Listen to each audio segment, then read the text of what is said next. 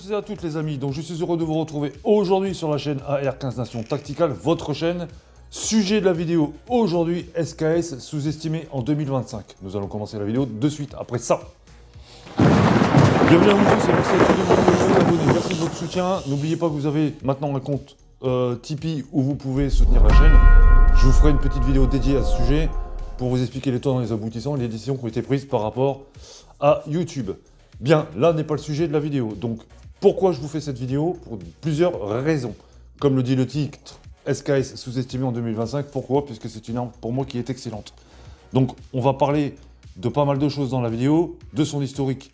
On va simplement survoler la chose. Ensuite, on va parler de ses fonctions, de son utilité, le tar, et sur le plan du tir sportif, et surtout au niveau de la collection, puisque c'est une arme aujourd'hui qui commence à être introuvable, entre guillemets, hein. Quand je dis introuvable, on peut en trouver, mais ça devient de plus en plus rare. Et c'est une carabine qui est actuellement encore, sur le plan tarifaire, abordable. Et c'est là-dessus que je vais appuyer sur la vidéo.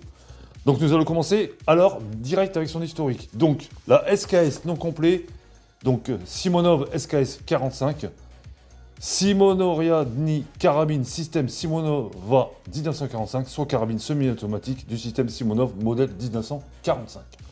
Le concepteur Sergei Grilovitch Simonov, ingénieur donc soviétique, année de création 1943-1945, en fin de guerre mondiale. Donc l'adaptation est officielle en 1945 par l'armée rouge. Le calibre, c'est là que ça devient très intéressant. Nous sommes sur un 7,62 par 39, donc c'est exactement la même munition qu'un AK-47. Donc déjà, à la base, vous allez vous retrouver avec une arme. Si vous avez déjà un AK-47 au niveau des munitions, vous n'aurez pas de souci.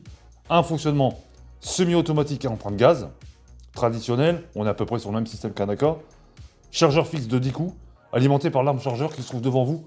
Donc ici, vous avez donc des munitions laiton, des munitions acier laqué. Je vais en parler aussi dans la vidéo, il y a deux différences notoires à savoir. Vous avez une crossbow qui est magnifique, donc ici que j'ai traité avec des produits spécifiques, hein. Donc là on rentre dans le domaine de la collection, dans le domaine de la rénovation. Vous avez une longueur totale de 1,02 m, donc c'est plus long qu'un AK-47, mais, il y a un mais, on va y venir aussi dans la vidéo. C'est une arme pour de la moyenne distance. Alors, elle a été conçue pour remplacer le fusil Mosin Nagant à verrou, donc après la Deuxième Guerre mondiale. Elle a été rapidement surplantée, donc bien évidemment par la l'AK-47 que vous connaissez tous, donc l'arme la plus compacte et en automatique de l'armée donc soviétique. Elle est restée en service dans de nombreux pays du bloc soviétique et d'Asie, donc Chine, Yougoslavie, Albanie, etc. Croatie, il y en a aussi. Et je vous en passe, des vertes et des permis. Pour la version chinoise, attention.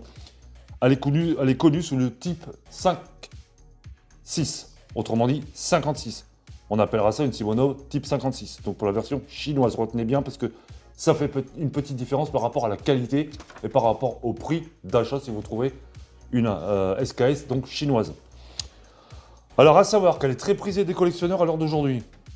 Elle est très prisée aussi pour le tir sportif. Beaucoup ne la connaissent pas.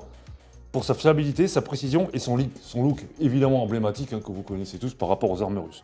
Donc c'est le symbole d'une transition entre le fusil de guerre et les armes modernes, automatiques, semi-automatiques. Voilà les amis, un petit peu pour faire le tour global de l'arme en question.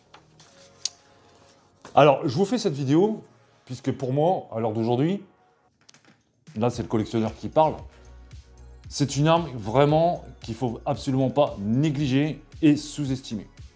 Puisqu'on est sur une cartouche 7,62 par 39, donc la même munition que sur un AK-47, avec une précision beaucoup plus importante, puisqu'on a un canon long, bien évidemment. On est sur un système semi-automatique parfaitement fiable, c'est pas à vous que je vais l'apprendre. On est sur une arme de fabrication rustique, fonctionnelle, démontable à la main, transportable comme il faut, pas trop lourde, parfaitement bien équilibrée. Cette arme, de base, comme vous la voyez ici, peut être parfaitement tacticalisée. D'où l'intérêt aussi de la vidéo. Je m'explique, vous pouvez changer la crosse, vous pouvez avoir des crosses pliables, vous pouvez mettre des poignées, vous pouvez faire pas mal de choses et j'en passe, notamment aussi pour les éléments internes, pour ce qui concerne le départ, donc le bloc détente, etc., etc. Donc c'est une arme que soit vous la gardez de base dans son pur jus, vous avez une arme parfaitement fiable, robuste, efficace, qui va pouvoir vous permettre de faire du tir et du tir sportif sans aucun problème, avec une très bonne précision pour son calibre, ou vous pouvez la tacticaliser et en faire à peu près ce que vous voulez. Nous allons faire un test au stand de tir rapide sur la version tactique. Donc là, je vous présente la version de base. On va faire par la suite, dans la deuxième partie de la vidéo, la version tactique. Et on va vous expliquer pas mal de choses tout autour de la customisation et des modifications qu'on puisse y apporter. Les munitions. Je tiens à mettre un point important là-dessus. Les munitions de surplus. Ça, je suis complètement contre pour plusieurs raisons. Il est évident qu'à l'heure d'aujourd'hui, les munitions de surplus, c'est attirant par rapport au prix, etc., etc. Sur ce plan, je suis complètement d'accord avec vous tous. Mais vous oubliez tous une chose, bien que vous le sachiez, c'est que ce sont des munitions hyper agressives. Je m'explique, c'est hyper corrosif et c'est très mauvais pour le fonctionnement de l'arme. Même si elles ont été prévues à l'époque pour les armes en question, dites-vous bien une chose, c'est que les armes russes, notamment, ont été faites dans un souci de consommables. C'est-à-dire que on les use au maximum, on fait ce qu'on a à faire, je parle en temps de conflit bien évidemment, ça marche pas, ça dégage et c'est remplacé direct. D'où le coût de fabrication moindre par rapport à ces armes-là. Elles sont parfaitement fiables, elles sont rustiques, mais les munitions ont été négligées dans le sens où c'est hyper agressif, c'est corrosif, ça esquinte les canons, ça esquinte les empreintes de gaz. Le but du jeu, si vous utilisez de la munition de surplus, il est simple, c'est nettoyer l'arme complète de suite après. Surtout les éléments internes et le canon. J'entends par là le bloc gaz, le piston, donc bien évidemment la culasse, puisque c'est elle qui va s'en prendre plein la figure au niveau de la tête de culasse. Tout ce qui est chargeur, enfin la totale en fait. Il faut tout nettoyer. Maintenant, est-ce que c'est une bonne chose? Moi je dirais non. Après, chacun fait ce qu'il veut. Personnellement, je déconseille. Bien que sur des armes comme ça, il est plutôt rare d'avoir des enrayages. Si vous avez un enrayage avec un AK ou sur un SKS, ça vient automatiquement, dans la plupart des cas, je dis bien dans la plupart des cas, la première chose qui est à vérifier, c'est tout ce qui est système d'alimentation, chargeur. Ça peut venir de plusieurs choses, ça peut venir des lèvres, ça peut venir du ressort, ça peut venir de la planchette élévatrice. Ensuite, on élimine au fur et à mesure les problèmes. Ça peut être dû à une usure de ressort, récupérateur, ça peut être dû à beaucoup de choses, à un encrassement super important. C'est plutôt rare, je vous le dis franchement, mais ça peut aussi venir de ça, ou un élément qui est venu perturber le système d'alimentation. Donc il y a plusieurs choses, de la crasse, etc., etc. Mais ça, c'est vraiment rare sur des armes comme ça. En général, ça vient toujours d'un problème d'alimentation au niveau du chargeur ou du magasin pour ce qui concerne par exemple la SKS. Ça peut venir aussi des munitions pour ceux qui rechargent. Donc ils le savent, hein, la dose parfaite au niveau de la poudre, l'étui, l'amorce et l'ogive, c'est quand même quelque chose qui était relativement assez complexe quand on ne s'y connaît pas, quand on fait du rechargement. Donc on peut avoir des surprises de cyclage au niveau d'une arme, c'est une évidence. Sur ces armes-là, du bloc donc, soviétique de l'époque, donc tout ce qui est pays de l'Est, etc., vous avez toutes les versions donc, je vous ai citées auparavant sur le début de la vidéo, donc les versions yougoslaves, les versions polonaises. Vous avez bien évidemment les versions chinoises, comme je l'ai énuméré tout à l'heure au début de la vidéo, donc pour ce qui concerne le type 56. Alors personnellement, moi, je vous dirais de les éviter. Maintenant, si c'en est une, bon, c'est pas trop grave, bien évidemment, hein. On n'est pas non plus sur quelque chose qui va être jeté au bout de 2 mois, quoi. Mais bon, disons que les meilleures versions, ce sont toutes les versions de l'Est, bien évidemment, que ce soit du russe, du polonais, du yougoslave, du croate, etc. etc. hein. Je ne vous fais pas un dessin à ce niveau-là. Pour en revenir à ce qui concerne les munitions, je vous ai parlé des étuis donc, en acier laqué.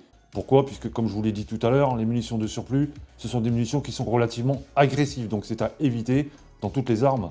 Donc en 5,56 aussi notamment, 223 5,56, surtout le 5,56, et le 7,62 par 39, manufacturés modernes à l'heure d'aujourd'hui, qui sont parfaitement viables et qui fonctionnent très très bien, c'est ce que moi j'utilise.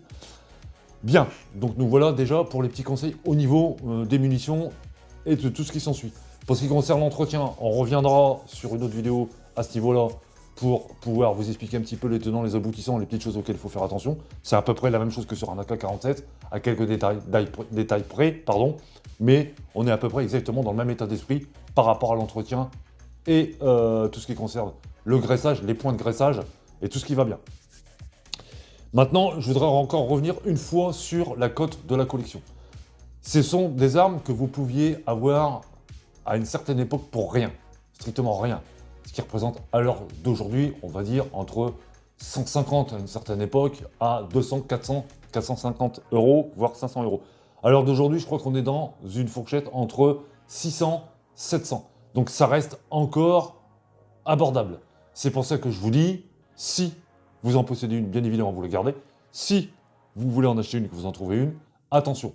Vous remarquerez que sur celle-ci, vous avez la crosse qui a été réparée à plusieurs reprises. Bon, c'est normal puisque celle-ci sort directement d'un arsenal. Donc c'est une évidence. Bien évidemment, elle a servi. Donc elle a eu des chocs. Dites-vous bien que, comme toute arme de collection, s'il y a eu des réparations quelconques, des pièces qui ont été interchangées avec des numéros différents, ce qui n'est pas rare sur ce genre de matériel, ça va automatiquement faire baisser le prix. Donc soyez vigilants à ce niveau-là. Pareil, vérifiez bien l'empreinte gaz et le bloc gaz, c'est-à-dire cette partie qui se trouve ici devant vous, pour vérifier qu'il n'y ait pas eu de corrosion si des munitions de surplus ont été tirées. Pareil au niveau de la tête de culasse, etc. La rampe de fonctionnement au niveau de la boîte de culasse, donc à l'intérieur, et tout ce qui va bien. Ces armes-là, pour moi, ce sont des armes qui vont monter au fur et à mesure par rapport, bien évidemment, aux événements que vous connaissez tous. Ce sont des armes qui vont être vraiment multipliées par 2 d'ici quelques temps. Je vous le dis sincèrement. Par 2, voire même par 3. Regardez le prix d'un AK-47 à l'heure d'aujourd'hui par rapport à il y a une dizaine d'années en arrière. Je vous fais pas un topo, vous avez tous compris. Cette arme, pour moi, c'est un investissement sûr à l'heure d'aujourd'hui, qui soit à la fois collection, qui soit financier, qui soit un investissement sur du long terme, sur son fonctionnement, sa rusticité, son utilisation donc au tard, puisque vous avez la discipline de tir aux armes réglementaires, le tir sportif ludique, la disponibilité des munitions, le rechargement assez facile, etc., etc. Vous êtes sur une arme de qualité supérieure par rapport à la précision sur un AK-47, puisque c'est un qui est beaucoup plus long, bien évidemment. C'est une arme de tir à la moyenne distance. Vous pouvez faire de très très bons cartons. Je le répète encore, elle est parfaitement customisable. On va vous en parler juste après au stand de tir. Nous allons la démonter, nous allons la customiser, nous allons la passer en version tactique et vous allez vite voir la différence. Les amis, c'est parti pour le stand de tir, on y va juste après. Alors les amis, nous allons tester notre fameuse SKS, donc en la version tactique avec le kit ATI. Donc là, je vais me faire plaisir. Allez, on y va, c'est parti. Je vais vous donner mes sensations juste après.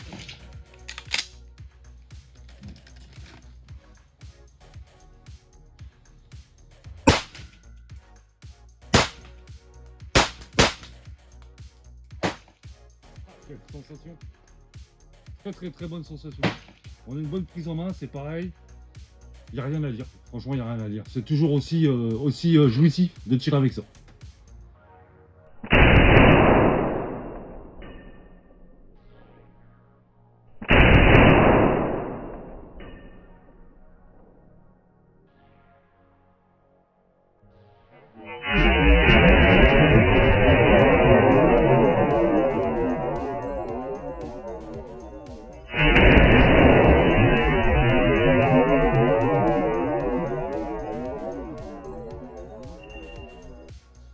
Bien, comme vous avez pu le constater durant les tests au niveau du stand de tir, donc je vous ai fait 2 petites vidéos séparées avec un petit montage pour que vous puissiez voir un petit peu la mécanique. Bon, bah, tout le monde la connaît, donc je voulais pas épiloguer là-dessus, ça ne sert strictement à rien. Bon, vous avez vu un petit peu que là, on est quand même sur du rustique par rapport à l'historique de l'arme, donc on est sur une fiabilité complètement accrue par rapport à son fonctionnement, notamment sur le plan, on va dire, militaire, entre guillemets.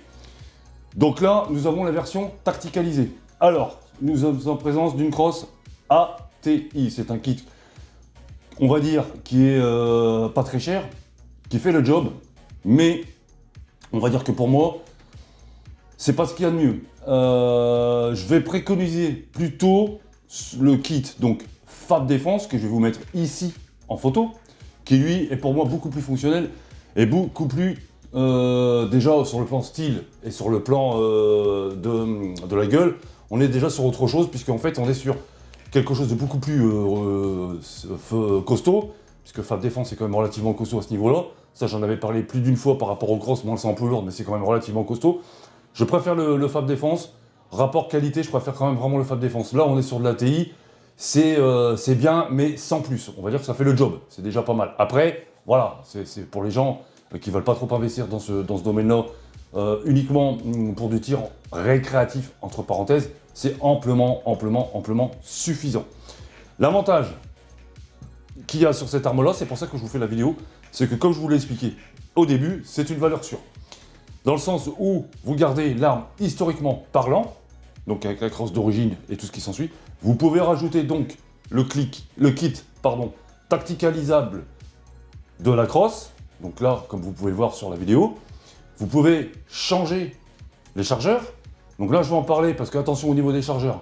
Il y a quelques petits détails à savoir et des choses importantes qui sont à savoir avec ce style de chargeur, notamment les chargeurs Tamco.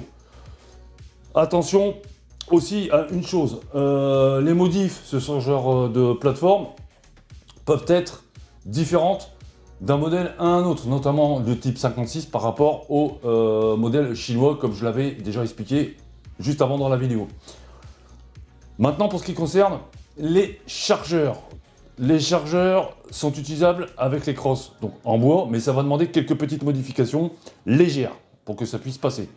Pour ceux qui possèdent ce genre d'accessoires tacticalisés, le savent. Donc je ne vais pas rentrer dans les détails, il va falloir jouer un petit peu avec le bois de la crosse. Pour ce qui concerne aussi ces chargeurs, vous avez des chargeurs de 10, de 20 et de 30, donc c'est bien. Ils sont adaptables sans aucune modif sur les versions chinoises de la SKS, la version Norinco notamment. Bien, ça c'était pour les petits détails. Comme je le dis, attention à une chose. Beaucoup veulent adapter des chargeurs d'AK-47 sur ce genre de modèle. Personnellement, je le déconseille fortement. Ça va demander des modifications, du bricolage, il va falloir faire de la soudure ou alors autre chose. Ça sert à rien. Toutes ces informations que je suis en train de vous donner, comme je vous l'ai dit, elles ont un intérêt à la fois culturel, financier et sur le plan de la cote au niveau de la collection. Je reviens encore sur ce sujet. Ce sont des armes qui vont prendre de la valeur, bien évidemment, par rapport à tout ce que vous savez, par rapport aux événements que l'on connaît, etc., puisque malgré tout ce qu'on pourrait croire, elles sont encore utilisées à l'heure d'aujourd'hui, bien évidemment, cela va de soi. Je ne vous ferai pas de détails là-dessus, vous savez très bien de quoi je parle.